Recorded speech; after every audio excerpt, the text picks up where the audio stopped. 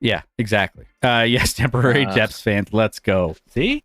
Keep close, Scotty, and college football. Any college football bets this week? I haven't, because I've been busy with work stuff. Haven't got a chance to get around to the college football stuff. I will say keep close that my bet of Washington to win the Natty, I bet it a week and a half ago at 35-1, already down to 18-1, Chris. Just saying. Just saying. Isn't the Colorado Rockies season ending this week? Yes, it is. I think you were going to say Jesus. Unfortunately, but I think fortunately is the right. No, I was not going to say unfortunately. Fortunately, it's over. How does it feel to always have October off? Well, to be fair, we play October 1st, so joke's on you. Hunt for October for the Colorado Rockies. Rocktober is occurring. My boss was like, how should we market sending out an email for tickets for these last 4 games? Because he's like, someone said something about Final Four, but I don't know if we can use that. Is that like trademark using Final Four? I'm like, what if we do I don't know, come down the final rocky road with us. The rocky road. The rocky road. Play with that. I don't think he went with that. I liked it. I think it's clever. Guys, on our follower goal, sub goal, I don't ever talk about these very often, but we are 8 followers away from our goal tonight and 10 subs away tonight. I know we don't ever talk about subs. We don't ever want to pressure you to sub into the channel, whatever. But if you have a free sub for your Twitch Prime, Amazon Prime, Twitch Prime, all that stuff, just think about it. Consider us, because we're pretty cool, I think. Right, Scotty? And then hit that follow button because it's free. Why not? And then we need you guys to help us share this stream as we grow. We want to grow with you guys and all the new people that are coming in to talk sports. Make sure you do. I have 3 months in a row signed up with you fellas. Go Cheaper Rats for more. There you go, STG. Go Cheaper Rates. Cheaper Rates. Oh. Cheaper Rats. Cheaper Rats. He wants us to lower it. Is that what you mean? Yeah. By the way, I don't know how to do that, Chris. If you are new, we are going to be also starting up our Thursday night NBA streams next week. We had the big trade in the NBA talking about Damian Lillard going to the Milwaukee Bucks. I'm going to be doing some preseason rankings, some player rankings, some team rankings, all sorts of things over the next couple weeks, Thursdays, as we lead up to the NBA season. I can't believe we're less than a month away, Scotty. October 24th, I will be watching the banner being raised for the Denver Nuggets at the Lakers game. I can't wait, man. It's going to be good. By the way, if you want in, I got 2 extra tickets that I either will sell or if you want to buy some, I got them. They're cheaper than what you'll find on the market. I might be down, but right now I'm down to code yellow. I will be following you after. So go spam code yellow in the chat. Get in there, Scotty. Yeah, I have tickets to that opening Lakers game, and it's going to be a lot of fun. So can't wait for that. I can't wait to spank the Lakers right off of the bat after they have their fresh new team and new championship hopes. And, no big deal. Are you a season ticket holder? No, I normally don't get any kind of ticket packages. I do have a 10-game package this year, actually 11 because I bought into the Lakers game. So I am going to at least 11 games this season, which, it's something. It's something. Are any of them on Wednesdays or Sundays? What's that? Are any of these games on Wednesdays or Sundays? They might be. I think there might be a couple sprinkled in, but only one or two. Only one or two. And hey, you know what? If they're Hornets, I think I have the Hornets as one game, and I have the Chicago Bulls as another. So if I'm not those games, I'll give up. I'll sell those ones maybe, or I'll give those to some family. But everything else, man, I got a good pack. I got a good package of season tickets, or 10-game package of tickets. I got Luka. I got Chet with OKC. I got Kawhi and the Clips. I got the Lakers. I got Miami Heat for a rematch. I got There's a bunch of good ones. Phoenix, I think I got Phoenix in there. I got a good set. Let's see which visiting team do you want to see the most this season, Chris?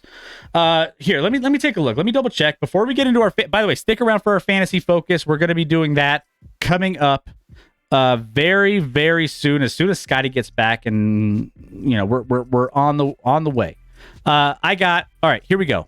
Bulls, Clippers, Mavs, Thunder, Hornets, 76ers and Joel Embiid. If he doesn't duck that game, I'm in.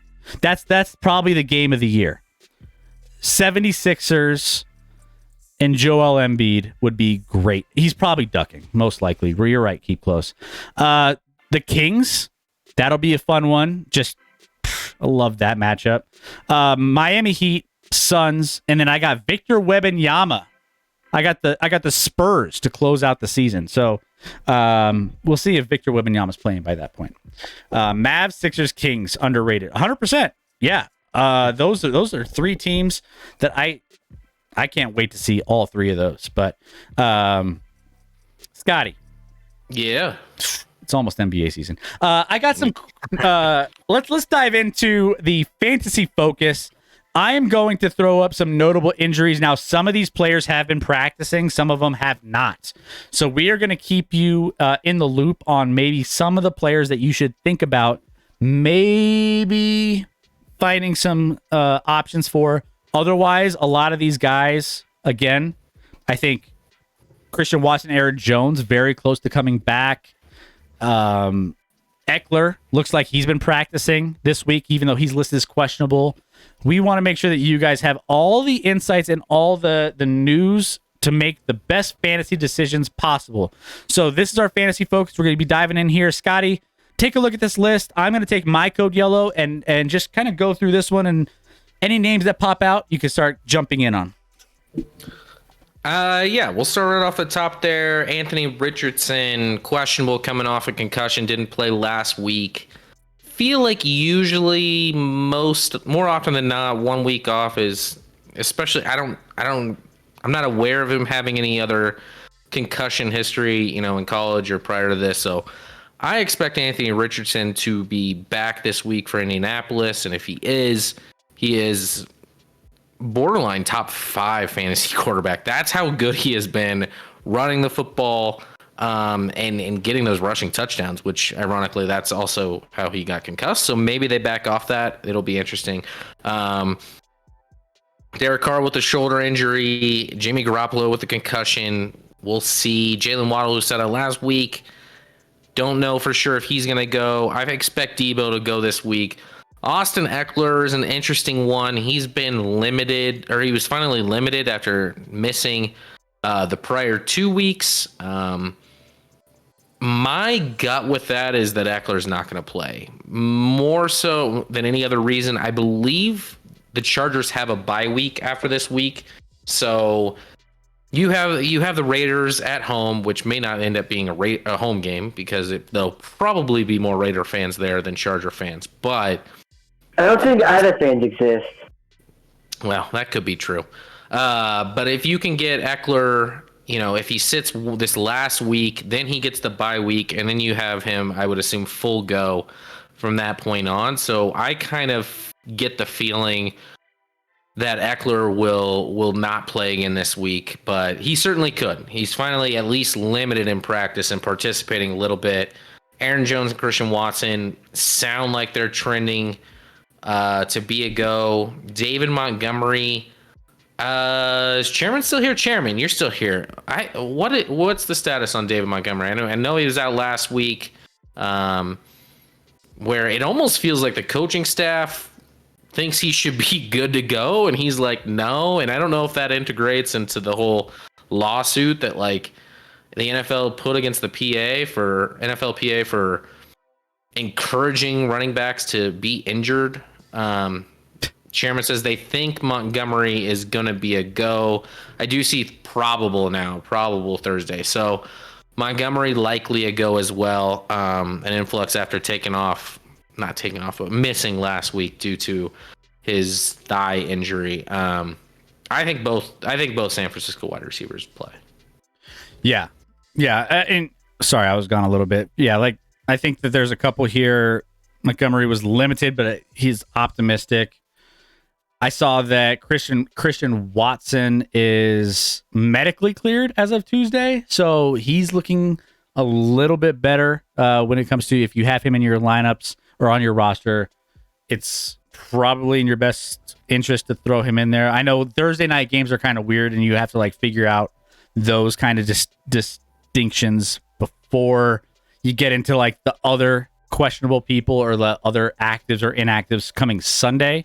So Thursdays always put you in a weird spot. I get that. But again, Milwaukee says Jones and Jones are playing. And I think by Jones he meant Watson. There it is. There it is. And again, not necessarily an injury, but make sure you guys are ready for that early game on Sunday. Jacksonville and Atlanta will be kicking off earlier. So if you're going to your lineup at like 9:30 Eastern time. 9:30 Eastern. Sunday morning. Just be aware that there is an earlier game that you need to account for this week. I know I always get falling into that trap, and it catches me off guard each and every single time. So there's going to be a couple of these coming up. This is the first of those, so make sure you check those out. Let's dive into quarterback rankings here. Quarterback rankings, top 10. Now we're going to just break these down for you on if you have these players, you're probably looking to start them, but there's going to be some nuances as well. Josh Allen, Hurts, Herbert, Tua, and Mahomes round out the top 5. And then finishing the back end of this one, we have Cousins, Richardson, Lamar Jackson, Brock Purdy makes the list here, and Geno Smith, part of that Seahawks offense, gets into the top 10. Oh, look at that, Scotty. Yes. I know. I'm aware of where I placed Brock Purdy here. The left side of this list I like a lot. Josh Allen at 1 to me. I think it's the first time I put him at 1. We've put him at 1 this year.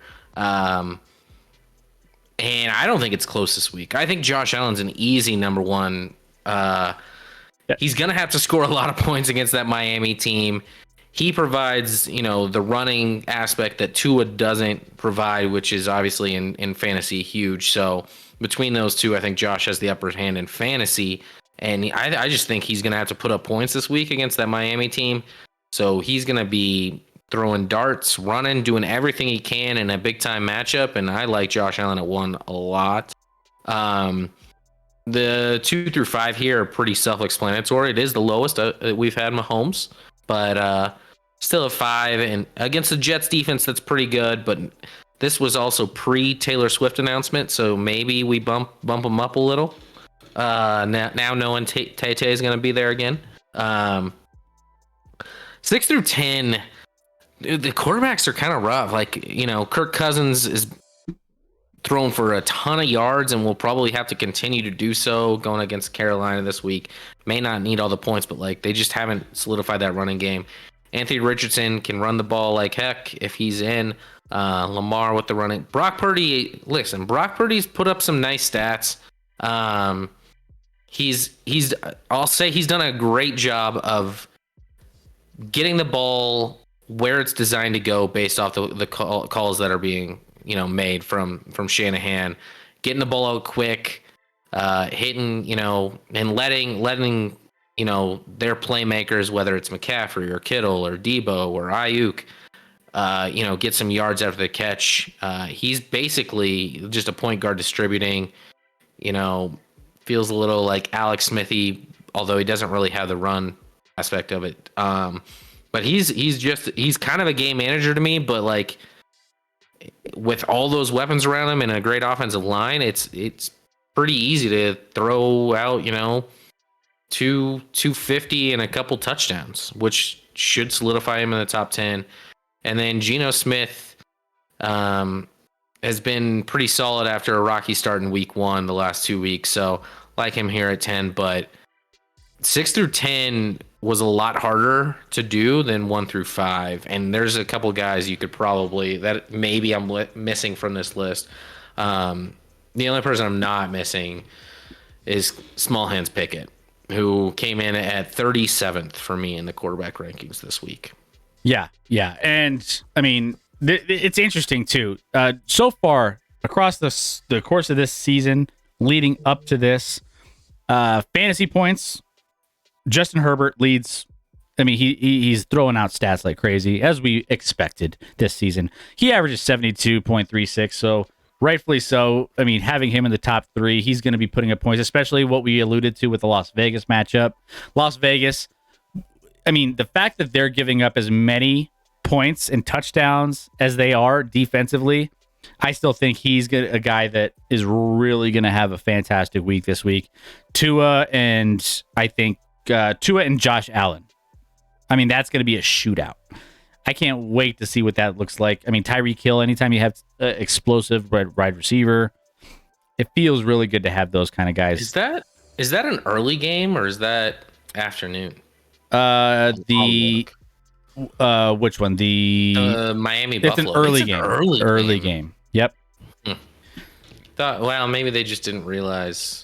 I realized that would have been a marquee matchup of this week, but apparently they didn't. Yeah. Outside of course of Taylor Swift. Yeah.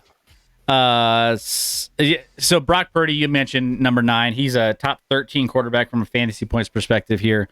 I think he's been showing some pretty good consistency. And again, Kyle Shanahan puts him in good positions. They have a talented roster. Deebo Samuel and Ayuk, if they're able to play and they're able to get in that game, it just gives them more weapons along with McCaffrey. So you can't really go wrong with Purdy as well, with just all the weapons that team has to offer. So let's see. Let's get to the chat. Herbert's racking the stats this season. And then Diacola said, had Herbert last year, he sucked. This year's a little different. Herbert got injured week 1, according to SGG. It actually was week 2 last year, but it was Thursday night in week 2 against the Chiefs. That's why I know. It wasn't quite the same after that. And Chris, Herbert was what did I say? He's going to lead the league in passing yards this year. Where's he at right now? I know he's behind at least Tua and Kirk, but he might be 3. He's balling. He is 3. He's 3 right now, only behind Kirk Cousins, leading the league in passing yards, and Tua. We got 1,075 for Kirk, 1,024 for Tua, 939 for my boy Herbert. Shout out to CJ Stroud coming in at number 5, 906. And I think someone said above CJ Stroud could be in this top 10, which, playing a pretty good defense in Pittsburgh this week. So that was probably maybe the reason you shy away from it. But yeah. He's clearly been the best rookie. I mean, and Anthony Richardson's played well too, but CJ Stroud's been better than I expected. I'll tell you that much. Diacola, Mahomes isn't doing that great so far. Yeah, I mean, well, he had some drops week 1. Week 2 was okay. Last week was the Mahomes we know. I think he threw for 3 touchdowns and 272, and last week was a preseason game. But he also left mid third quarter. He didn't play 1.5 quarters of the game either. So still threw for 3 touch and 270, which I think that was just bullying. And really, it should have been 60 yards more, but they called back a touchdown. That was garbage. A garbage call on Jawan Taylor. Chairman, last year working at the Lions game swag shop, my daughter points to the DeAndre Swift jersey and says, I want that jersey. I was so proud. You know who DeAndre Swift is? Her. No. Taylor.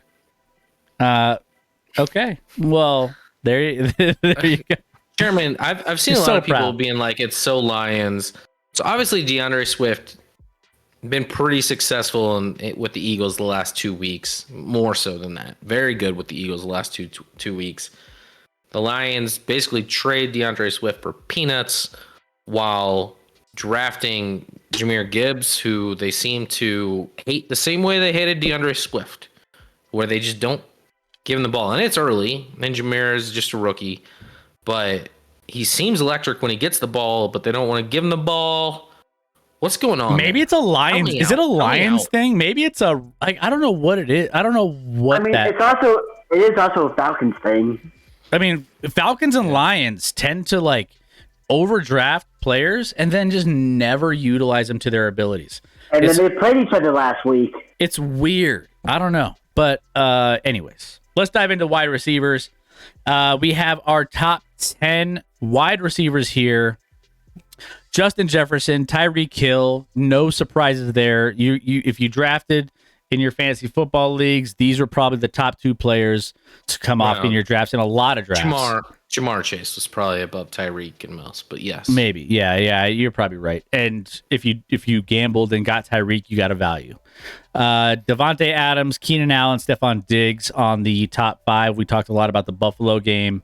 So Stephon Diggs being top 5 here makes sense. Chris Olave, Amon-Ra St. Brown, CeeDee Lamb, AJ Brown, and Jamar Chase round out the top 10. But you have something on Keenan Allen here, which, by the way, Mike Williams, who got hurt last week, out for the season, ACL. So he is done. So again, Scotty, I say this every year preseason. Eckler can't stay healthy and on the field. Mike Williams is always injured from one thing. Did I expect him to be out for the season? No. I thought he was going to have lingering injuries all season long. Keenan Allen was the only other one, and he's going to get a lot of workload now that Mike Williams is out, and he's still a very effective route runner in this league. You have Justin Herbert, who we're big on against the Raiders, so he's going to have a big week. Keenan Allen, number 4. Yeah, I mean, Keenan Allen, 3rd in receiving yards thus far this year. Last week, 18 grabs on 20 targets, Chris. That's stupid. 215 yards. Somehow didn't have a touchdown, except he kind of did because he passed. He passed. He had a 49-yard touchdown pass in the game. So the dude had 15 yards receiving on 18 grabs and a 49-yard touchdown pass in that game win against the Vikings last week. Dude's been balling. He's always been like his biggest thing is like there's an injury bug with him as well that seems to come up year after year. So, but if he continues to be healthy and play in that offense, gonna be top 5 wide receiver fantasy wise all year long. Chris Olave is almost like it doesn't matter who he's playing. And it doesn't matter that like his quarterback may not be great. He might have Jameis Winston throwing to him this week. It won't matter. Chris Olave's that good. He's a must start. Dude's a baller in his second year out of Ohio State. Jamar Chase comes back. Last week we didn't even have him on these rankings. He reappears at 10. It's probably lower than a lot of people have him ranked. He had a big week. He had 12 grabs, 141 yards in the win on Monday night. So this might be a little low for him, but like these other guys have been more consistent above him. AJ Brown, CeeDee Lamb, Amon-Ra, like Devontae had a monster week on Sunday night last week.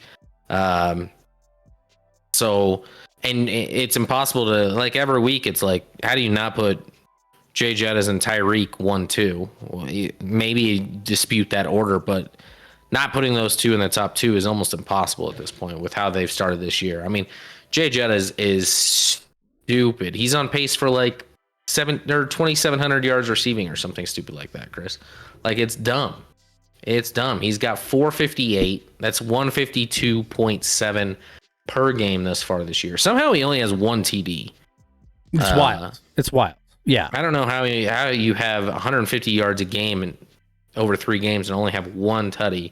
He did fumble at the one once. But that'll increase him, Tyreek, Keenan, Puka's still hanging in there, not on our top 10 this week, after kind of a down week. And we'll see how that goes moving forward, because McVay did come out today saying once Cooper Kupp can come off the IR after this week, they're hoping he's ready to go. Can you imagine all the wide receivers they have? Like, I mean, keep an eye on Matt Stafford, by the way. If you're just chilling, Matt Stafford's just hanging out in your free agents list, maybe consider him, considering you have Puka Nacua, who leads all players in targets at 42. He's wide receiver 1 in targets. No touchdowns, but still getting targeted way more. That's going to go down once we have whatchamacallit come back. Cooper Kupp. Yeah. So that's going to be Stafford's 4th in the league in passing yards. Yeah. So Stafford, everyone coming in. I said buy low fantasy wise on the Rams. I didn't expect Stafford to be that guy, and I didn't expect Puka Nacua either. Weird thing is Stafford's 4th in passing yards this year, but only has 2 touchdown passes. Kind of weird. I don't know how to figure that out with 4 picks. Like, how do you throw for 303 yards a game and you only have 2 TDs over 3 games? Yeah, It's and wild. then you have Chris Olave. He's kind of gone under the radar in the NFC South because, again, no one really sees and wants to watch the Falcons, the Saints, the Panthers. But that doesn't change the fact that he's doing very well when it comes to not only just receiving yards. He's receiving yards. He is, what is it? I think he's 6th overall in receiving yards. And then targets, he's top 9, I think. So either way, he's getting a lot of love from whoever's throwing the ball. I get Jameis Winston. People are going to be talking about Jameis Winston coming in and being a part of this and not being as effective. But with Jameis Winston, you get boom or bust as well, potential. Like, he can have a really crazy good game, but also he could have 5 interceptions to go with that crazy game. He could have like 5 touchdowns, 5 interceptions. And that's just the way Jameis Winston's career has just unfolded. But with that, Olave could benefit from 2 or 3 of those touchdowns over this span of Winston coming in and maybe doing some things. So keep that in mind. There's boom and bust for him and Chris Olave. Let's get to the running backs. We have McCaffrey, Pollard. No surprise there in number 1, number 2. Eckler coming in here at number 3. If he plays, he will be pretty effective, we think, which is why we have him there. We've talked a lot about him and whether or not he's trending on that front of actually starting to play this week.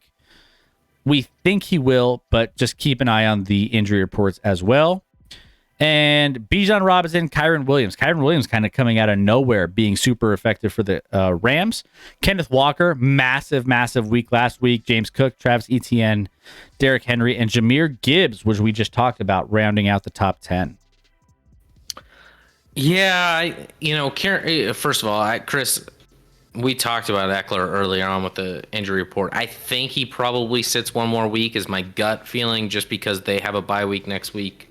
But if he plays, he's a top 3 guy for sure. And a running back group that's like, speaking of hard to find top 10, like a lot of these guys, I'm like not even thrilled to put in the top 10. I'm like, this can't be. Kyron Williams, I just feel like lead back in an offense that's going to target him a lot in the passing game and is going to get some TDs against the Colts this week.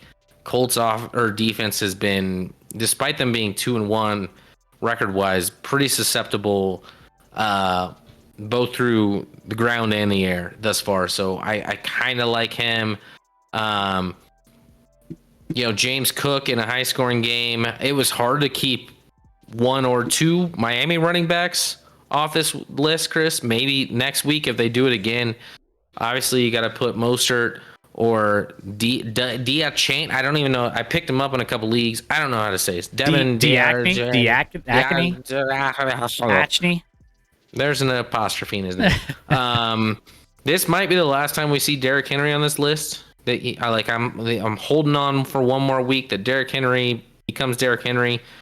And in good faith, I'm putting Jahmyr Gibbs on here because I'm trying to influence the Detroit Lions to realize they need to give him the ball. Like, it's nice that they have Montgomery back this week, but like, get the ball in a dynamic playmaker's hands like Jahmyr Gibbs. You drafted him to be a special guy in your roster.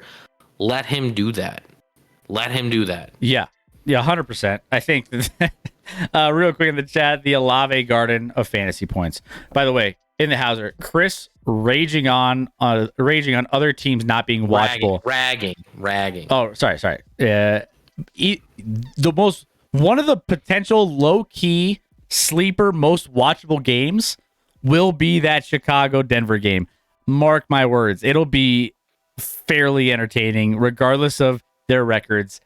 We talked about that earlier. Hauser, I don't think you were there for that, but low key, that could be like a 35-42 game. I don't know. It could be a crazy game. Very entertaining. You're just watching a dumpster fire on both sides. You don't know if there's going to be pick sixes back and forth. You don't know if it's going to be, it's going to be incredible. Chris, I'm here for the Broncos to win by 3 touchdowns and Denver radio to just be fully back on board. Don't do it. Broncos this season. I'm not for that. I need the Broncos to like lose this game in like very dramatic fashion. And then I feel very good about that. They tried, they looked better, but they still came up short. That would be the ideal circumstance.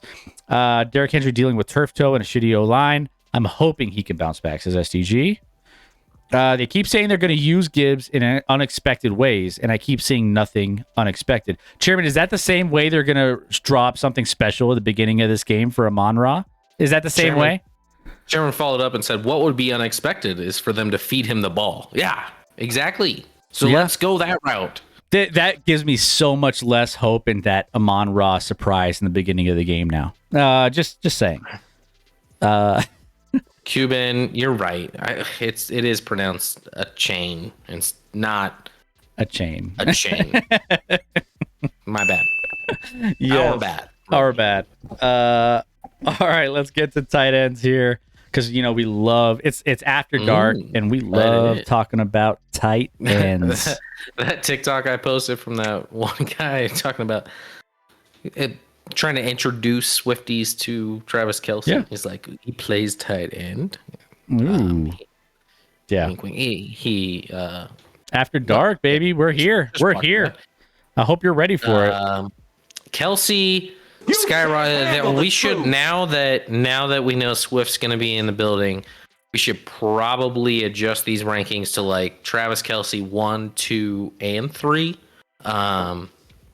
There's no way he doesn't score a touchdown again in this game. I don't know if you saw the clip. The touchdown he scored in the Chicago game, he was supposed to run a corner route. He didn't. He ran and turned it the other way, and Mahomes was like, I was hoping you would see that. Like, the connection Mahomes and Kelce have is hilarious, and like I've never seen it before. Well, Kelce just basically sits down wherever he was, and Mahomes is always on the same page to like, you should do that despite what the play call is, and then he's ready to find him.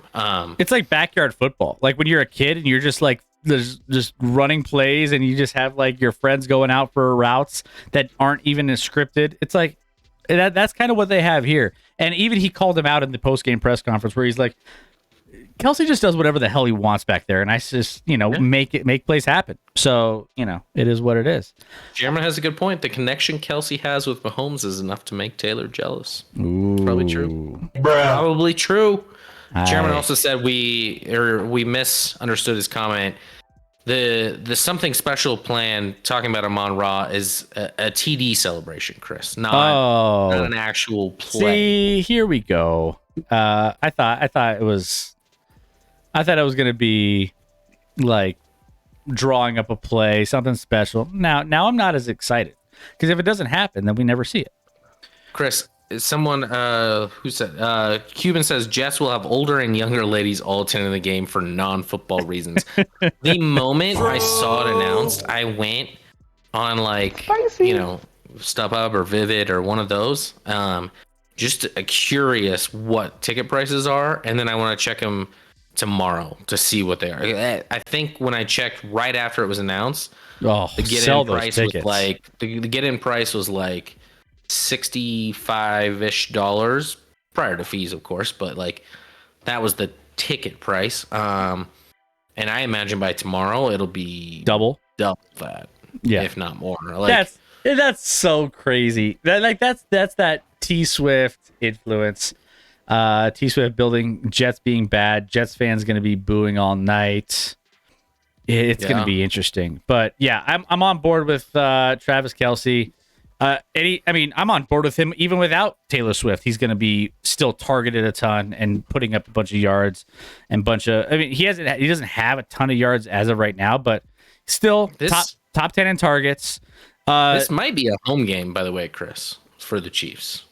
Like, if the Swifties show up, it could be a home. It could be shifting across the league. If she shows up, man, all of a sudden that looks a little different. But yeah, so looking at the top 5 of targets for tight ends, you got Hawkinson, Laporta, Ingram, Waller, and even Ertz kind of works his way into that top 5 of targets. So even though Zach Ertz didn't make our list this week, still there are a couple guys here that do get plenty of looks. But when it comes to touchdowns, Kelce, he's up there. But Donald Parham Jr. for the Chargers seems to have a nice little edge. Parham. Parham. But Parham Jr. Parham. Yeah. Parham. What Rec is saying that no one can understand. Yeah, I can't even understand what. Pat Freiermuth and Travis Hunter. There's only 5 tight ends with 2 touchdowns at this point. It's been a down year for tight ends, even given the fact that we have a couple kind of starting to show out a little bit by week 3 or week 4. It's not like tight ends haven't been exactly. If you drafted a tight end early in your league, you're kind of disappointed. Wasting a pick as early as it is, given the production that you've gotten from them so far. Travis Kelce missed week 1. He's kind of coming back on. He'll be, again, one of the top tight ends when it's all said and done. But, I mean, Sam Laporta, you probably got some good value on. Goddard, Musgrave, Ingram, you probably got some good value on. Other than that, if you drafted any of these other guys, you're probably a little disappointed.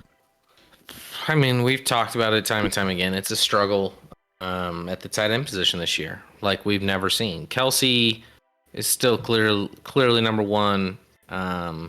He's caught a touchdown at least in both of his starts. You only have one guy with, I think Parham got the 3 touchdowns, but that's on 6 receptions, Chris. So I don't know if you can trust that moving forward. He's got 33 yards, 6 receptions, and 3 touchdowns. So I would ignore that stat if I were trying to project moving forward. Even, your Mark Andrews, who I thought would be more of a factor. I still have him at 3 here. Hasn't been clear yardage-wise.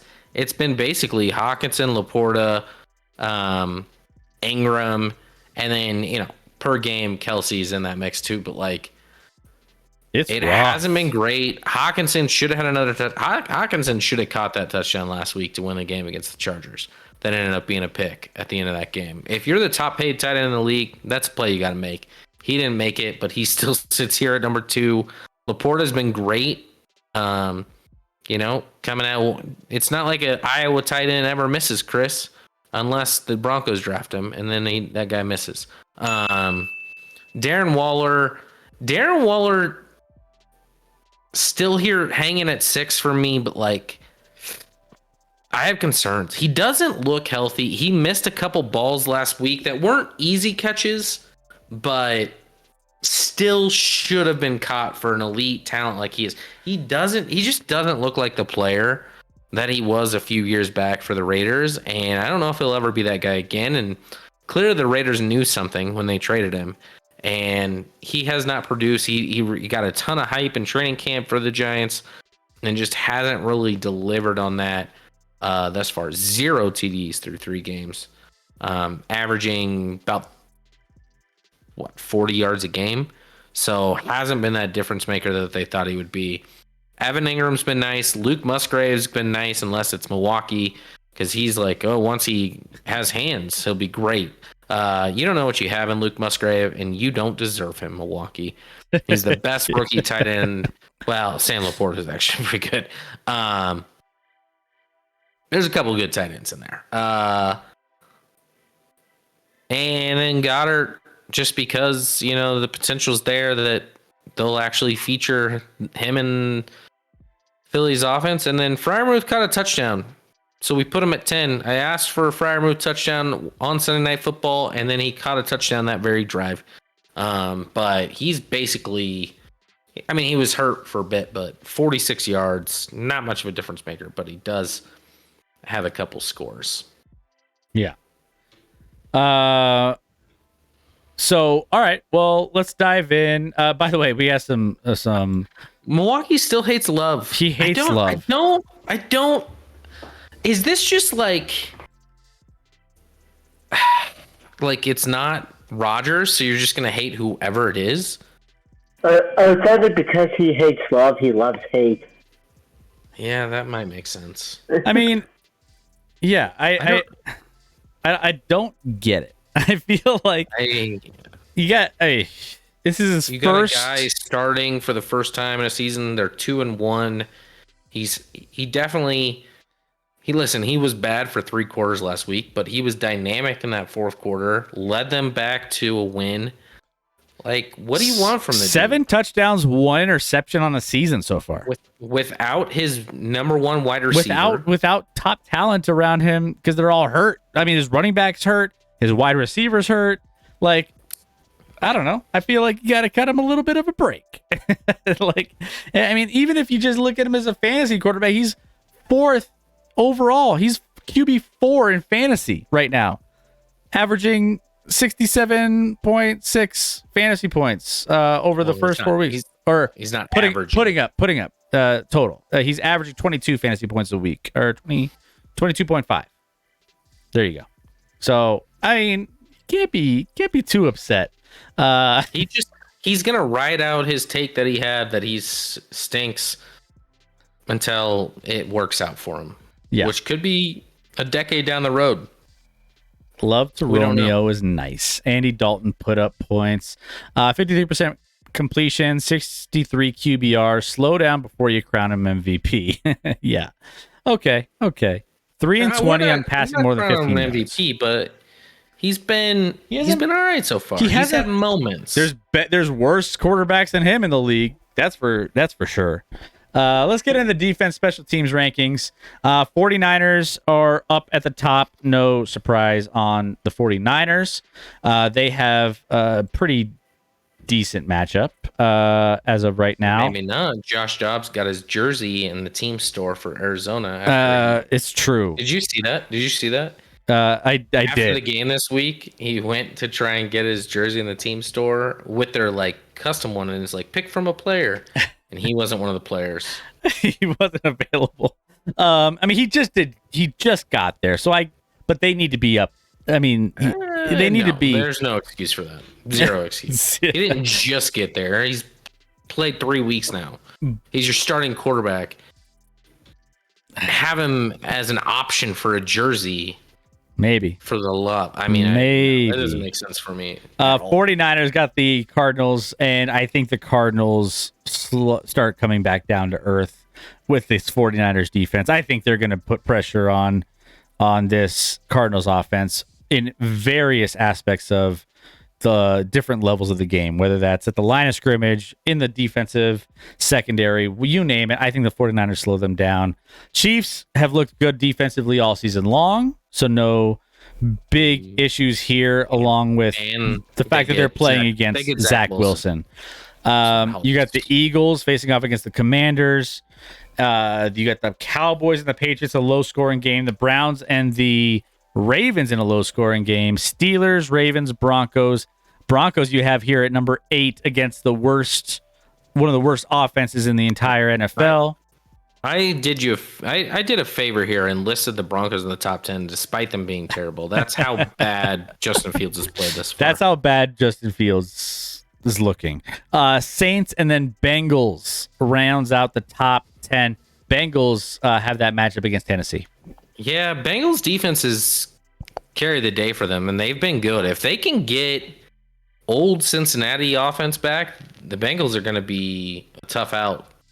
No doubt about it. Bengals D's played well, and they get a pretty favorable matchup against Ryan Tannehill this week, who's been pretty much trash through 3 weeks. A lot of these are listen, defense a lot of times is about matchups. You know, Steelers maybe, against Texans, but then you have Browns, Ravens, and a matchup against each other. Cowboys at number 4. There is one stat that maybe I'm too low on. Right now, the Cowboys have the second best pass rush through 3 weeks in the league, and the Patriots have been the worst pass blocking team in football through 3 weeks. So I expect some sacks from the Cowboys, perhaps some turnovers against that Patriots offense.